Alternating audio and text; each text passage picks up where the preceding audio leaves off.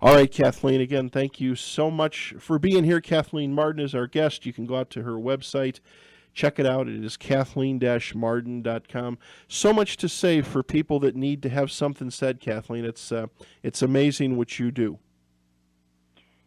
Yes, it is. Pretty guard. amazing to me. It is amazing. To be doing all of this.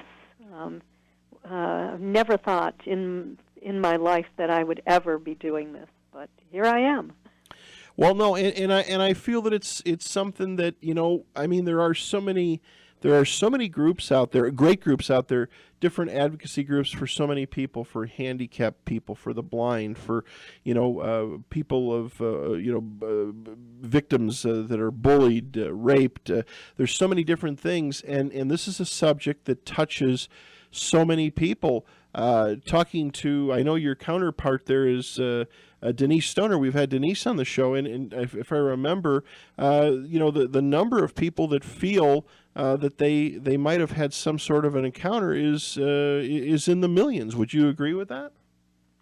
I do agree. I don't know if everyone who thinks they've had an encounter actually has, but yes, many, many people. This isn't something that's happened to a handful of people. I've personally spoken to probably over 1,000, and as MUFON's director of experiencer research, we have a questionnaire online for experiencers, and in a 1-year period, I would estimate that we had over 1,000 questionnaires filled out to follow up on. Well, and the abduction, to me, I've done a lot of research on the symptoms. I know that in some cases, it's sleep paralysis can very similar mimic an abduction. But then there's a lot of people that have had things happen to them that goes way beyond sleep paralysis. And again, I think that so many people feel that if they come forward with these things or try to talk, they have nowhere to go. They've got nobody to talk to, and to call your local sheriff up or something would be like suicide. They're going to laugh at you. I mean, some may not, but I mean, there has to be a group that knows how to handle this, and that's what you and MUFON do. Yes, we do, and I believe in educating people about how to investigate their own experiences, because as an outsider, not being in their lives, I really can't determine whether or not they've had an experience, a real experience, unless it's something like Betty and Barney, and that almost never happens today, where there is actually physical evidence and circumstantial evidence and all of the evidence that Betty and Barney had. Today, this is happening to individuals who might have been taken for the first time when they were children and are taken over and over again. It might have happened to individuals whose parents were the first experiencers, and then the children were taken, and so this is intergenerational. So it is quite different. So I ask people to look for certain things. If they have an experience, the first thing I want them to do is to keep a journal and to write down all of the details of that particular memory. I want them also to check their bodies for unusual marks.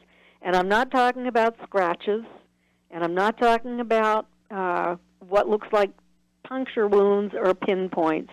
I'm looking for hand marks, the black and blue three-fingered hands on somebody's body.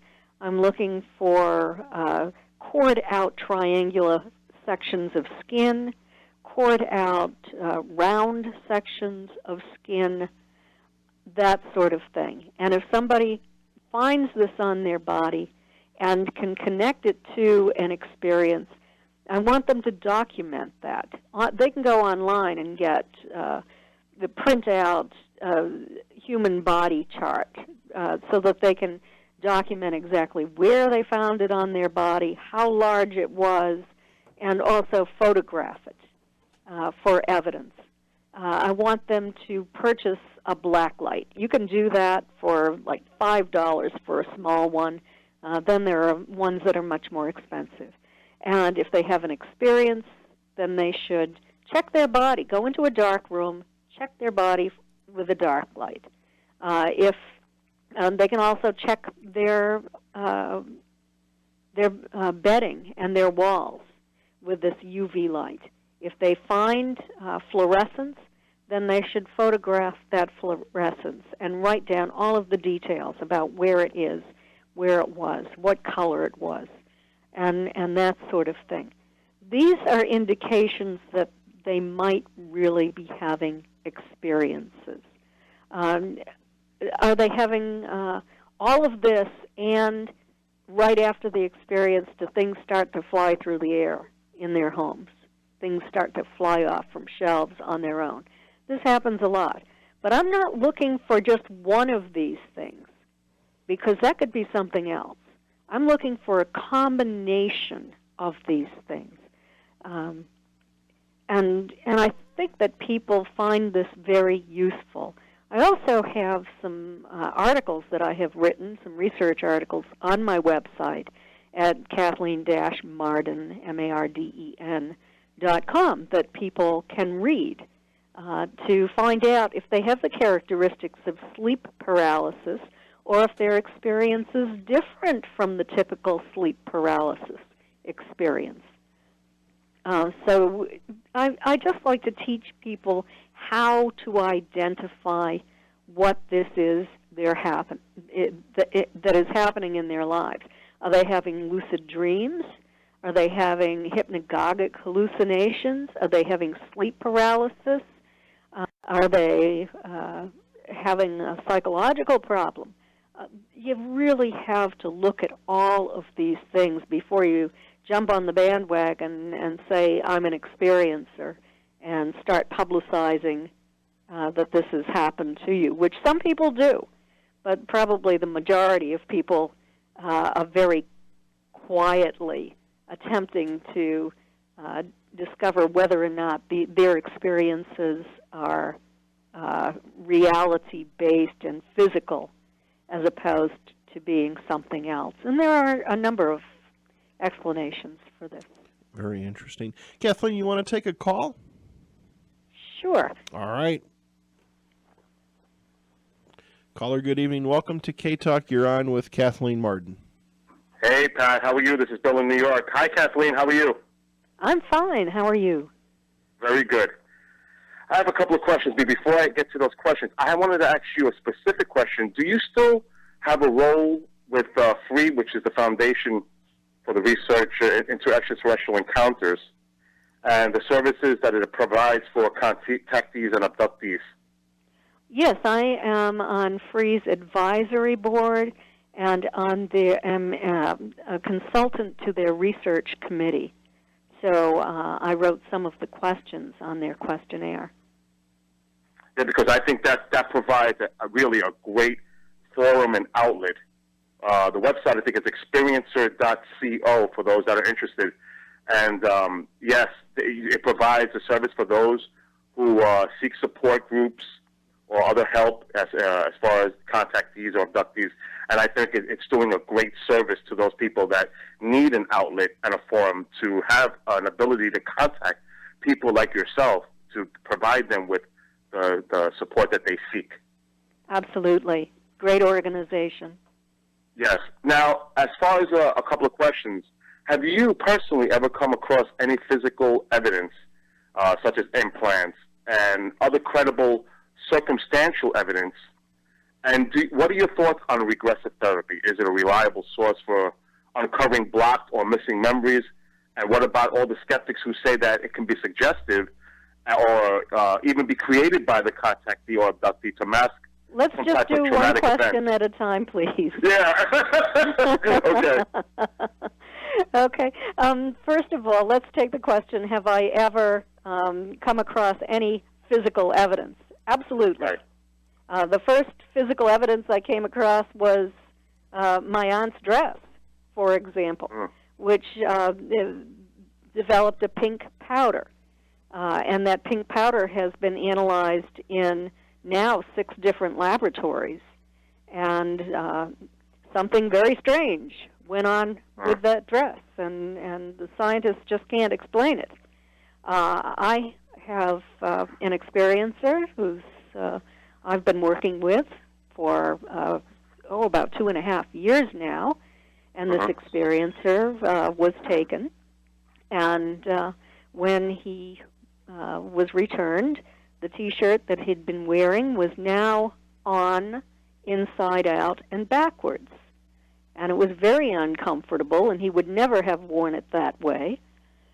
So I said to him, try something.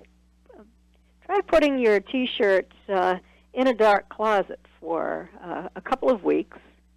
And what I was trying to do is have him create the same conditions under which Betty found her dress with the pink powder. And sure enough, he didn't know what I was looking for. But he got in touch with me a couple of weeks later, and he said, boy, that's strange. There's pink all over this. And so he photographed it, and I gave him instructions, and it underwent laboratory analysis, and sure enough, it had unusual properties, like the properties on Betty's dress. Also, now, did he have any memory of the beings that he encountered? I mean, that he remembered, or maybe through regressive therapy that he did describe, he has and not maybe having a similarity? He has not had regressive therapy. He has an idea. He has some memories of these individuals and what they have done. And, you know, that's it. I don't ever force anyone into regressive therapy. There is someone he can see if he wishes to, but that is up to him. In terms of, you had asked a question about hypnotic regression and my thoughts about that. I think that there are 2 good purposes for it. One is when you have 2 or more individuals who have seen a UFO and have had missing time and believe that they have been taken. It can be a good investigative tool when they have amnesia, and you can hypnotize both of them separately and impose amnesia at the end of each session, so they can't remember what occurred. They can't share their experience with one another and contaminate each other's information. I did this with Ed and Denise Stoner and wrote about this in the Alien Abduction Files, and Denise contributed her own memories to the chapters about her case as well. So it was very useful in that way. It's also very useful for individuals who are trying to work through some trauma that they're experiencing, anxiety that they're experiencing. If they're working with an individual, with a hypnotherapist who is experienced and who knows what they are doing, it can be dangerous in the hands of the wrong person, because a person can become more traumatized than they were before these memories emerged. So you have to be very careful when you're working with an individual. But it can be very useful in assisting people to overcome that kind of trauma they had and that anxiety. Yes. I mean, that is definitely a traumatic event, if there is any. I mean, especially you're taken against your will. I mean, some may also fall into the Stockholm Syndrome type scenario where they become accustomed to having that experience. But obviously, the initial shock and, you know, again, it's against your will, it's forced, so it is a traumatic event. Now, another question I have for you is that, do you think that some of these abductees are being taken as part of some type of hybridization project, and do you think that these hybrids are human-like in nature and amongst us now in our populace? I do. I've heard so many reports of this from credible individuals. Yes, it does appear that the ETs are conducting hybridization experiments, and that it appears that they, over time, are creating characteristics in human beings that are desirable as far as they're concerned. They appear to be creating highly intelligent humans who are very sensitive, who are intuitive, who are empathic. And I have met some of these individuals in my work, and who believe that they are hybrids. But no one wants to have genetic testing. Unfortunately, I'm told that it wouldn't show up on a DNA test anyway because their DNA is not compatible with our DNA. So there's sort of some kind of a splicing type thing that takes place, yes. Gene splicing, as opposed to a mixing of DNA between the two. But I mean, we have case after case historically, going all the way back to Betty and Barney Hill, when the needle was inserted into Betty's navel, and probably to extract ova, and a sperm sample was taken from Barney. You know what, Kathleen? I think a lot of people. I'm sorry. I think a lot of people, when they would undergo some type of, let's just say, by an independent panel of scientists for some type of test, they automatically had the fear that the government would get involved, and they'll end up in some type of MyLab environment or somewhere deep underground and may never be seen again, and be part of some type of scientific observation or an experiment. So, I think a lot of people are reluctant to even come out with the thought of even being put in that position. I think the fear, and also also part of, I agree with you on that. These mothers of children who have these unusual characteristics, and the mothers are experiencers, fear for their children. They're not going to submit physical evidence of any sort to the government. They don't trust that it will be handled properly, and they fear for their children and themselves. I wrote about this in the alien abduction files, in the case of Jenny Henderson, whose child might possibly be part hybrid. We don't know that for certain, but this child, who is now an adult, has remarkable characteristics. I have a couple more questions, but one thing related to what you just mentioned. Is there any connection or validity with black-eyed children as far as hybrids, or is that just myth, like some type of lore, folklore, as far as regarding these children? I am not. I have not seen any of these black-eyed children, so okay. I really don't know the answer to that question. Yeah, I'm a little speculative myself on that whole aspect. Now, my final question, because I know Pat has a few more questions himself. Oh no, go ahead, Bill. Go ahead. On your personal perspective, do you think that these entities are from distant planets, time travelers, interdimensional, or even spiritual in nature? And is there any metaphysical connection to a higher consciousness to communicate with these entities? That's a very interesting question, because I have worked with experiencers who have probably experienced all of these things. Some seem to be taken onto physical craft, by physical entities, and are told that these entities have come here from another star system. But some of them might be using sort of interdimensional travel in order to arrive here from a distant star. So they might not be coming here in physical form, but come into, using technology, I guess. And this is really beyond me. This is in the realm of theoretical physics, but from my understanding of this, that they might possess the kind of technology needed to do this. Time travelers, in the Rendlesham Forest case, that is a speculation. I don't know. Could be. It's interesting you brought up Rendlesham because recently John Burroughs won his medical case against the Army about the radiation exposure that he suffered and had that heart surgery or some type of procedure done to him. And, that kind of raises a flag to me. Does that validate the whole Rendlesham incident at Bentwaters?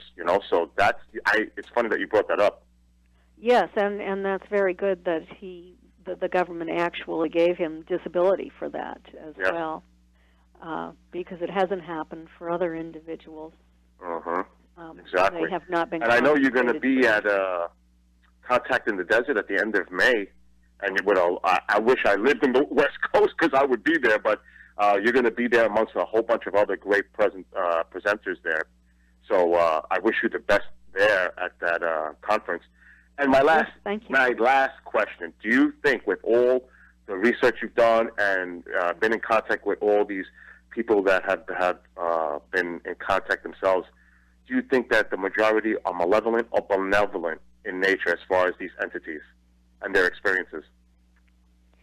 All I can say is if they wanted to harm us, they could have harmed us. They could have conquered us. They could have enslaved us. And they haven't done that so far. I know that many, many people are frightened by this. It's not very nice that people are being taken against their will. They're not giving a release form to be taken to have these medical experiments performed upon them. So that's not a good thing. But in the long run, they're being informed that these beings are here to help us, that they're very concerned about mankind's ultimate survival, that our behavior could cause our extinction, and they might be intervening a little bit to try to help us along the evolutionary path. Because, let's face it, we killed 200 million of our own kind in major and minor wars during the 20th century. Imagine what we would think if we observed this on some distant planet. Exactly. I think that we'd be very concerned, too. I would also be concerned about us as a species going outward into space and getting interacting with other entities or species. We may be a potential threat outwardly to our celestial neighbors out there. So that could also be a reason they're here to observe our development. Absolutely. And which, they so would want to quarantine us until we and could grow up and behave ourselves. Exactly. Well, Kathleen and Pat, thank you so much for giving me the opportunity to speak with you. And I wish you all the best in all your research and all your work. And I'll be keeping a track on you on the free website, which is experiencer.co. And have a great time at the Contact in the Desert in the end of May. Thank you. Thanks, Bill. Have a good night as always. You're welcome. Have a great night. Take care. Bye-bye. Bye-bye. Yeah, Contact in the Desert. It's not that far from me. I really should go. There's so many events that are not that far from Salt Lake City. Kathleen, we got a couple other questions sent in by our listeners. Let me go ahead and fire these off to you. Okay. Neutron writes in, one of his questions is, it says, Kathleen, have they ever been able to discover through multiple hypnotic sessions with Betty more than one layer of implanted misleading screen memories? No one has ever looked at misleading screen memories with Betty. That was not what Dr. Simon was looking for. He was hypnotizing Betty to compare her statements to Barney's statements. Okay. Do you think that, and maybe kind of around that question, do you feel that, or have you ever encountered people that maybe through multiple regression sessions, there are several layers, meaning that a hypnotherapist or a regression specialist can get down one layer and maybe something is presented, but then when they come at it again, maybe at a later date, a later time, and go even deeper, maybe there's a little kind of to that question, maybe there's a little bit of I don't know, let's call it implanted storytelling to keep away from something else that maybe whoever these beings are that are doing this don't want us to know about, if that makes sense. Well, let me tell you this, and it's a little bit off that question, but I recently read a research paper, and I found it very interesting. It was about hypnosis, and it was about memory being recovered in hypnosis. And it stated that individuals who suffer the greater degree of trauma are those who do not pull up all of the information at once. It comes in little pieces, and then you might get a little piece, and then you go back later and you get more. And finally, the whole story comes together. It seems to me that individuals are given screen memories not in hypnosis, or not to be recovered through hypnosis in a sense, but many individuals have screen memories of observing a giant owl or a giant rabbit or a small herd of deer in the road when they're traveling in vehicles. And it ends up that they weren't that at all, that they have missing time. They will maybe have hypnosis to look into that and find out that these are actually ETs. But the screen memory is that they were only animals, very unusual ones. Right. But only animals. Such a complex, so many questions, and not enough time in our lifetime, Kathleen, to dig into all this stuff. I mean, I would assume that when you and Denise start going through these cases, and when you do your lectures and you travel all over the place and you hear these different stories, I mean, it is so complex. There is just so much to it. It seems like it's just the surface has been scratched in this whole puzzle. It is very complex and confusing, because you hear your core stories, but then you hear so many that just you can't seem to fit into any box. And then you wonder, is this real, or is this something that is imaginary? What's all of this about? Right. And so you just have to keep your ears open and document it and wonder if you're going to hear it from somebody else, too. And just be a good observer, a good listener that's willing to listen to it and collect the facts. Another question for you that came in says, Kathleen, did Betty have a personal diary that she started before the incident? Not that she started before the incident. So obvious. Well, again, maybe that kind of goes along the lines of what we were talking about a little earlier about prior abductions. Yes. Now, Betty later on in her life did keep a journal, and she wrote information in her journals about who visited and what the weather was like. And she also kept a diary that was in the form of typewritten information about things after her experience, when she was advised that she should keep these journals, but not before. Gotcha. Let's talk a little bit about your latest book, The Alien Abduction Files. You wrote this with Denise. Let's hear about that a little bit. Yes. This was sort of the culmination of a dream or a thought I had had for a long period of time. I'd had a very, very interesting case that I'd worked on over a number of years in the state of New Hampshire. Jenny Henderson. Her name is a pseudonym. Compelling story of a credible woman, credible family, happily married, and is having these generational experiences. And her children start to have these experiences too. And it had really a huge and kind of negative impact upon her children.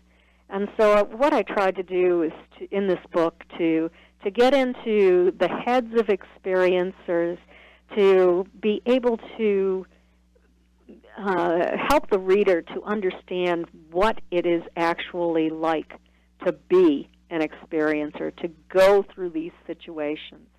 And Jenny Henderson has quite a fascinating history with all of the things that we think about when we think of alien abduction, the missing time while driving in the beginning, the shock of all of that, the shock of waking up and finding that her feet are on her pillow and her head is tucked tightly into the foot of her bed. Having one experience after another with electromagnetic interference and anomalies, with this poltergeist-type activity that Denise and I have discovered through a research project that we did 2 years ago, in 2012. 88% of the experiencers who participated in this research project were having this kind of activity, light orbs in their homes that seem to be intelligently controlled, or poltergeist activity. So that was, and also healing by extraterrestrials during an encounter. So it's not all bad, right? Because I know of many people who have been healed, and I've been attempting to collect some medical records as evidence of that as well. And of course, we covered the story of Ed and Denise Stoner, and Denise probably spoke about that on the radio show. But I asked Denise if she would like to join me in writing this book because she had such a credible and fascinating experience. And Denise was so credible because here she was on MUFON's STAR team, which means that she was one of the state's top investigators, and carried herself very well and very professionally, wasn't talking about her experience. The only reason she came forward is because our publisher said somebody comes forward or there is no book. And so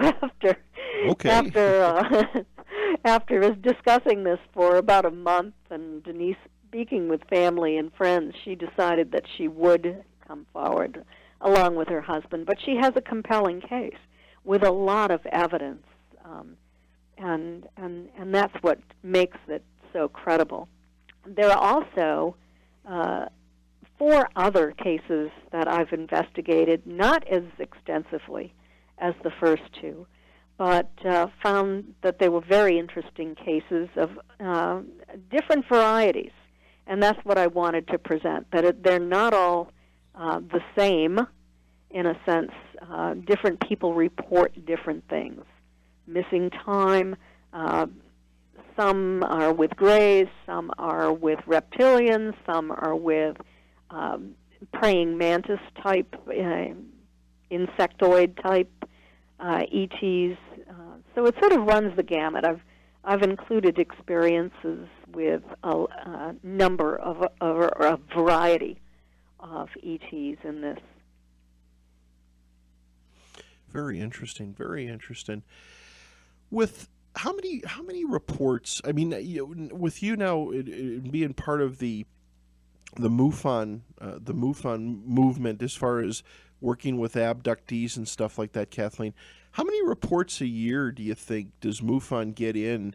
As far as, I believe you said 1,000, but basically on a yearly basis, people that have had some sort of contact that they feel they need to report it to MUFON.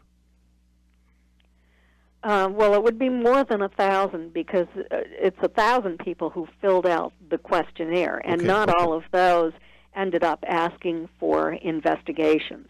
When someone fills out the questionnaire, a member of the experience or research team contacts them and speaks with them to see what they're looking for. If they're looking for support, if they just need somebody to talk to, or if they want an investigation. And, sort of a triage is what I think of. In terms of people actually reporting and wanting an investigation, the numbers are far smaller than that. Gotcha. The STAR team, that's something I've had many MUFON directors on here in Utah. We just got Erica Lukes, who just took over. Utah went for a long time with no official director, and Erica has been a long time researcher, and MUFON offered her the position, and she's just doing an outstanding job bringing information together. But she's talked about the STAR team, and you talk about Denise. Now, the STAR team, is that a group of people that in the event we have some sort of an encounter of the fourth kind, I guess, maybe, or the third kind, are these people that are trained and experienced to actually make contact? Are they the people that possibly, if a government agency said, hey, I've got a spaceship out on rural Route 2, and there's 3 aliens out there that want to talk to somebody, are these, and I say that in jest, but are these the people that MUFON would send out to make communication? Well, I can't imagine that experience, that scenario occurring, but let me tell you a little bit about the STAR team. These are the people in MUFON who are very experienced investigators. They've been on a lot of cases, and they know what they're doing. They have the equipment, and they have the commitment to get out to the scene ASAP and to collect the evidence and to do a really thorough investigation. Now, the STAR team doesn't go to every UFO report. Right. It doesn't investigate everything. It only investigates the cases where there is a lot of evidence, and this has just occurred. They're not going to show up if you had an abduction a year ago, because that's a historical case at that point, and there's no evidence to collect. They're there to collect the evidence that is fresh. Have they actually been able to?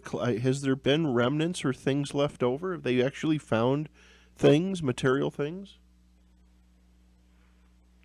Well, I know certainly there's been physical trace landing evidence.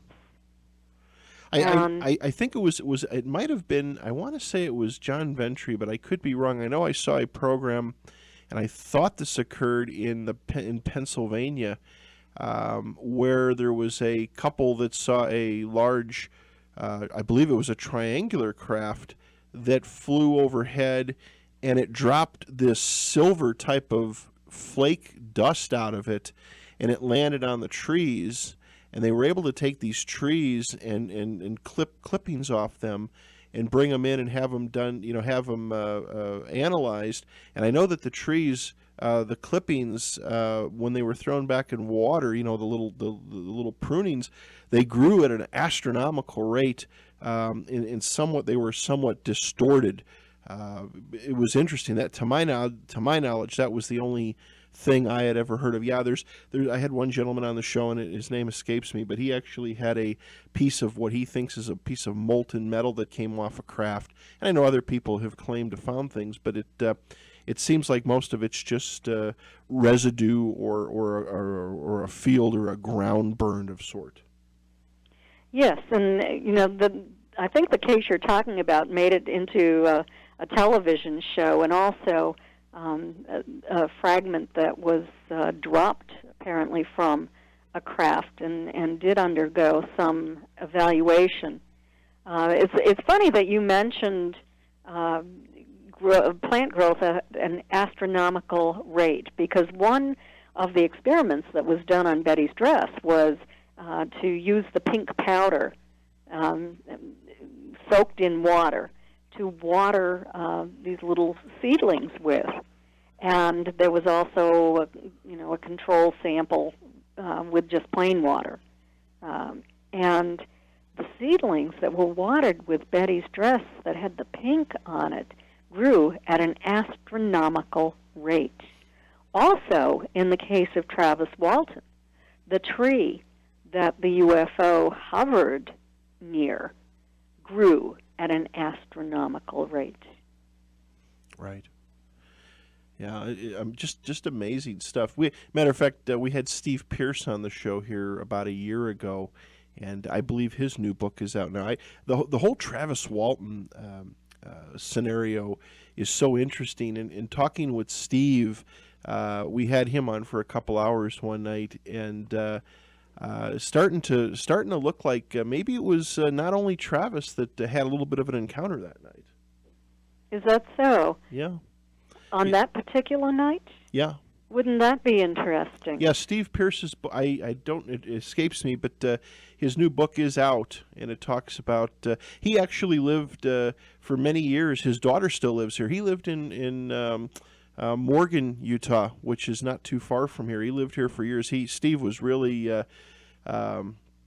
Steve is just a good old boy. I'll just call it the way it is. I know him. I've met him several times, and I've met his daughter as well. Yeah, and his daughter, and now I believe he's up in Maine. But boy, he opened up on the program and just said, he said his book wasn't out at the time, and I know it is now. But he said just feels that something happened to he feels something happened to all of them. Mm-hmm. So interesting. I wouldn't be surprised. Yeah. Yeah, so interesting. And Travis, as long as I've been doing this show, I've been chasing him around. I think I got to get to an event where I can meet him in person and interview him. I find him so fascinating, and I know he talks about a new. He's got several books, but maybe even a new movie that'll even be a little bit more true to the story. Yes, and Jennifer Stein just produced. She's a filmmaker. She just produced a movie, Travis, and I had quite a large interview in that movie, and it was played for the first time at the in Phoenix, Arizona, at the what is it called? International UFO Congress Conference in February, and it actually won Best Film. I'll have to find that. I find those films so interesting. And also the People's Choice Award. She did an excellent job on this. Is there, besides the film back in the 70s made about your aunt and uncle, is there ever been talk about somebody doing maybe, a big budget film or, something large scale for that encounter? On Betty and Barney? Yes. There's been talk about it. We have a contract on our book captured the Betty and Barney Hill UFO experience. This is the book that I wrote with Stanton Friedman. Right. But Hollywood, at this point, as I understand it, is funding horror movies, but not much funding for movies that tell a true, incredible story. Right. So, we're still waiting. I don't know if it's ever going to happen or not. I just, and again, the movie with, it was a made-for-TV movie. It's kind of hard to find the one with the one that was made in '75. Every now and then, I'll come across it somewhere, and I think there's a pretty sketchy, staticky copy on YouTube that you can take a look at. But that movie was amazing, and the emotion of those therapy sessions that James Earl Jones portrayed about your uncle were, frightening. Just him screaming, and I couldn't imagine going through that. Yes, and it was a good movie. It's still under copyright by Universal Studios, and they have never released it on DVD. So I know some copies have been circulating around, but they're not legal copies. Gotcha. And there's just a staticky one on YouTube, and that's about it. Because it's a great film, it really is, and it is. And people, if listeners are listening, they want to find it and just put, it's great to read books and all kinds of other stuff, but sometimes to see it on the big screen makes such an impact. Kathleen, we've got to wrap it up. 2 hours went way too fast. Where can our listeners get your books at? Well, if you'd like an autographed copy, you can go to my website, and my books can be purchased with PayPal. Otherwise, they're available on Amazon, and most of my books now are in paperback, they're in hardcover, they're in ebooks, and one or two are in audio books as well. So they come in a variety of different forms. So, and also at Barnes & Noble, you can. I have a regular publisher, so you can purchase them at any bookstore or order them from any bookstore. Gotcha. Well, I want to thank you so much for giving up some time on your Saturday evening. And you've got a lot of stuff coming up this year. I'm going to try to get to one or two of these conferences. I'd love to meet you in person. And let's do this again, but not wait 3 years. I find you so fascinating, and the detailedness of your work and the professionalism is at the highest level. And I refer to you so many times. I just hope you know that, and always in a good way. And again, I want to thank you for giving us the time tonight and coming on and talking about this, your work and the amazing story of your aunt and uncle. Well, thank you so much for having me, and I'm looking forward to coming back again. Okay, my friend. Take care, Kathleen, and we will stay in touch. Okay, good night. Take care. Good night.